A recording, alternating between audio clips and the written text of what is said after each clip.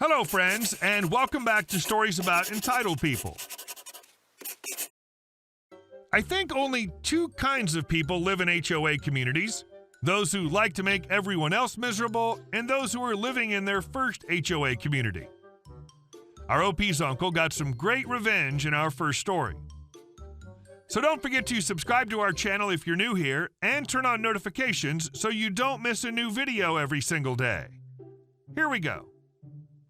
Don't mess with my uncle. My uncle is very much one of the coolest people I know. He crams every second of every day enjoying all that life has to offer, from safari trips to nature photography to beekeeping to tropical fish breeding, complete with custom aquarium building and more. He's also the nicest guy you'll ever meet, willing to help anybody with anything at any time.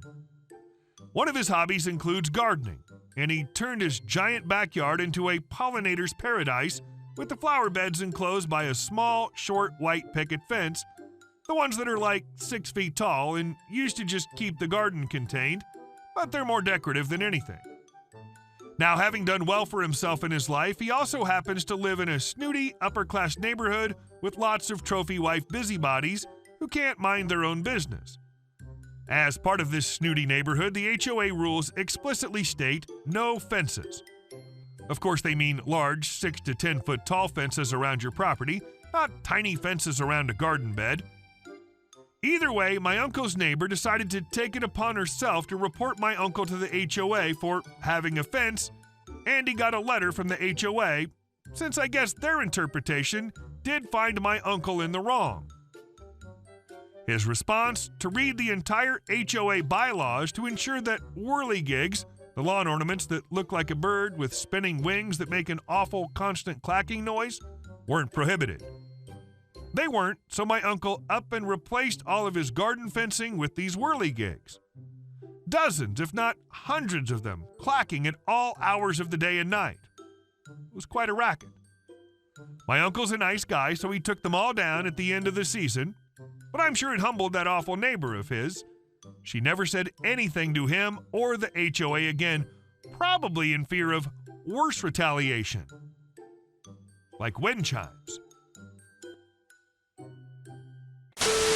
And our second story.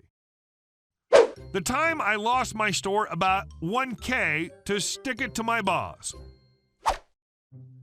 Around 2015, I worked at our favorite office supply company that resembles a paper-stabbing paperclip. I was a pretty good employee. I worked in the tech section.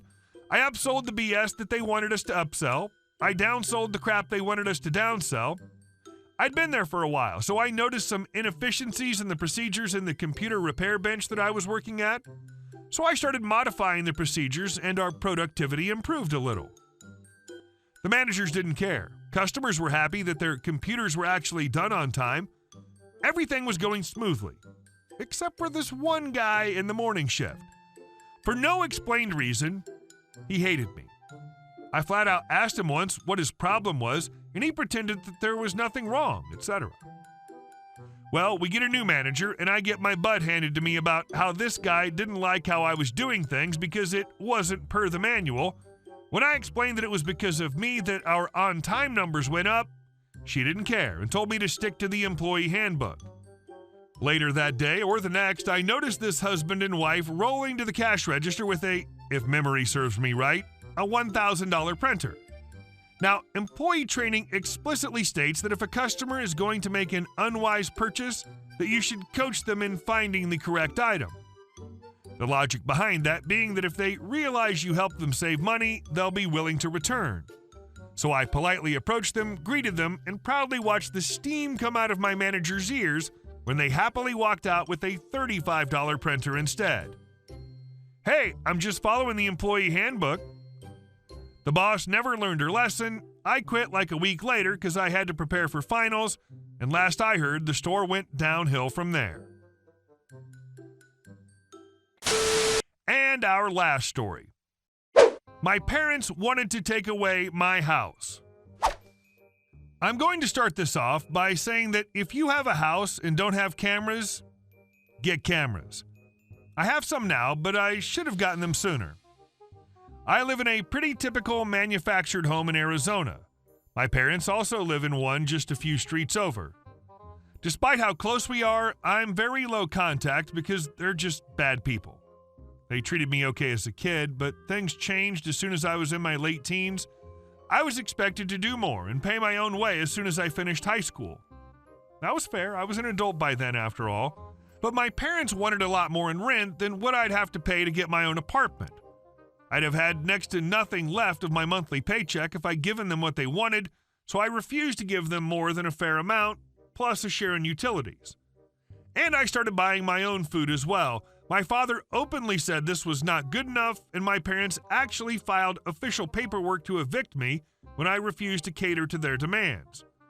I left home and got an apartment with my best friend. 5 years later, and I bought my own house in a neighborhood not far from my parents'. It's just a manufactured home on a small property, but it was so damn cheap that I couldn't turn it down. And my monthly mortgage isn't bad either. I even moved my best friend in to help me cover the bills. We were already used to living in the same space, and the house gave us so much more room.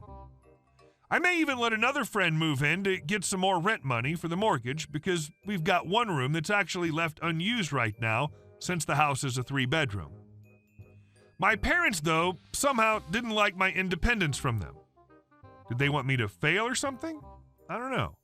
But the incident that caused them the very low contact was when they demanded I trade houses with them. Yes, you read that correctly.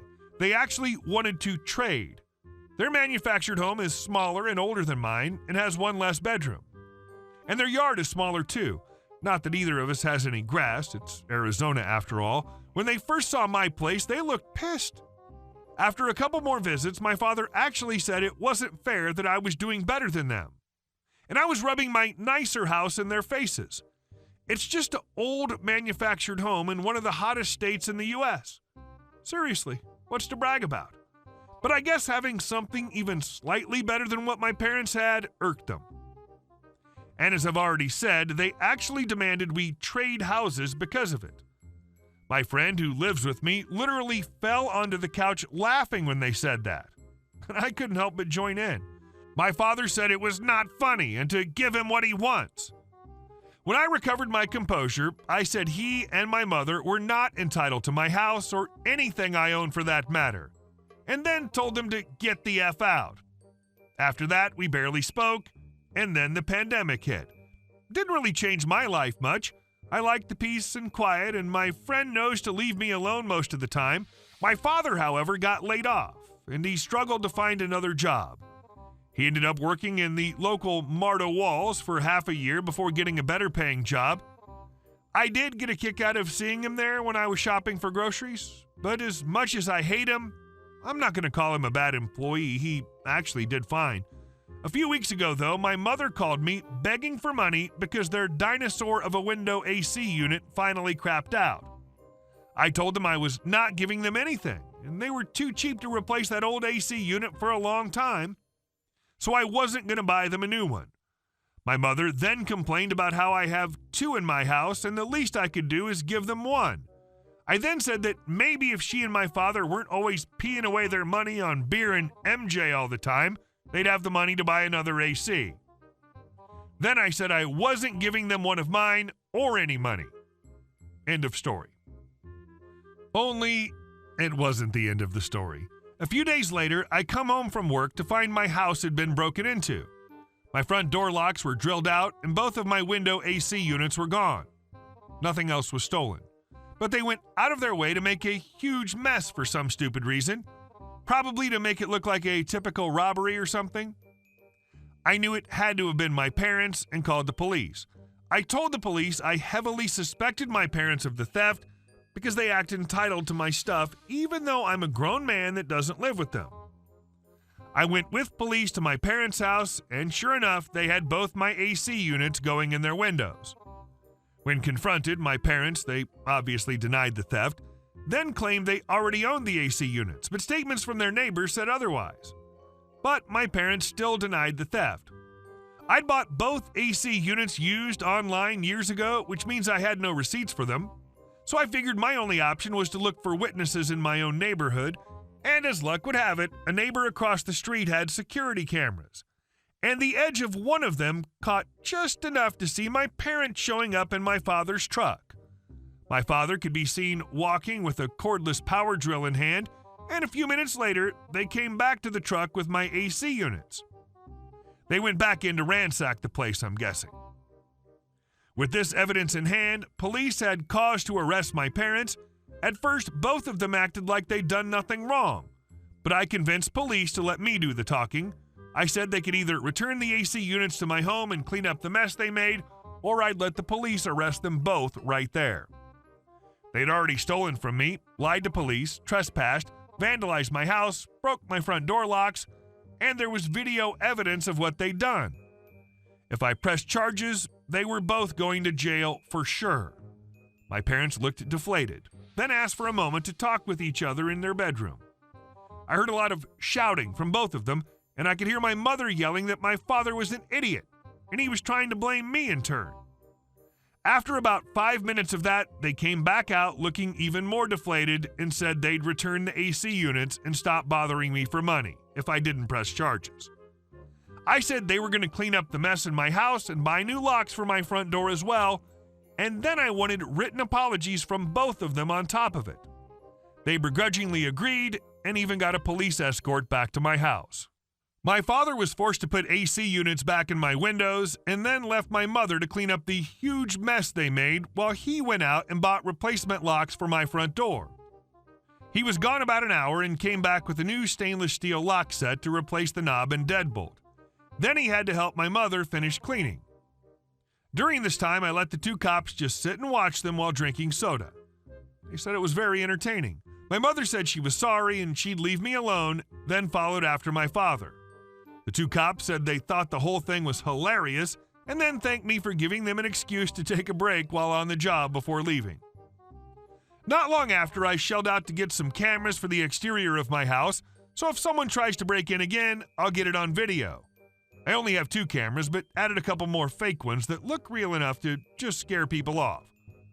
I haven't heard a peep from my parents, but their next-door neighbor told me they went and bought a new AC unit. Guess they had the money for one after all. Maybe having lean pockets for a while will teach them. Then again, they are who they are after all. Hey guys, thank you all for watching the video. I'll see you in the next one.